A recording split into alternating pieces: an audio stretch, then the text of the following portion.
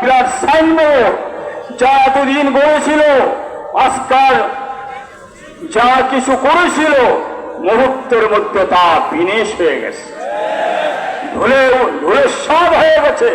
এটা কে করেছেন? কে করেছেন? আল্লাহ করেছেন। ইমানদারের দ্বারা, দেশপ্রেমিকের দ্বারা, যুবকের দ্বারা, ছাত্রের দ্বারা, জনতার দ্বারা ঐক্যবদ্ধ হয়েছে এই অন্যায়ের বিরুদ্ধে, অসত্যের বিরুদ্ধে, জালেমের বিরুদ্ধে, নির্যাতনের বিরুদ্ধে। মানুষের অর্থ পাচার দেশের অর্থনীতিকে বিনাশ করে দিয়েছে।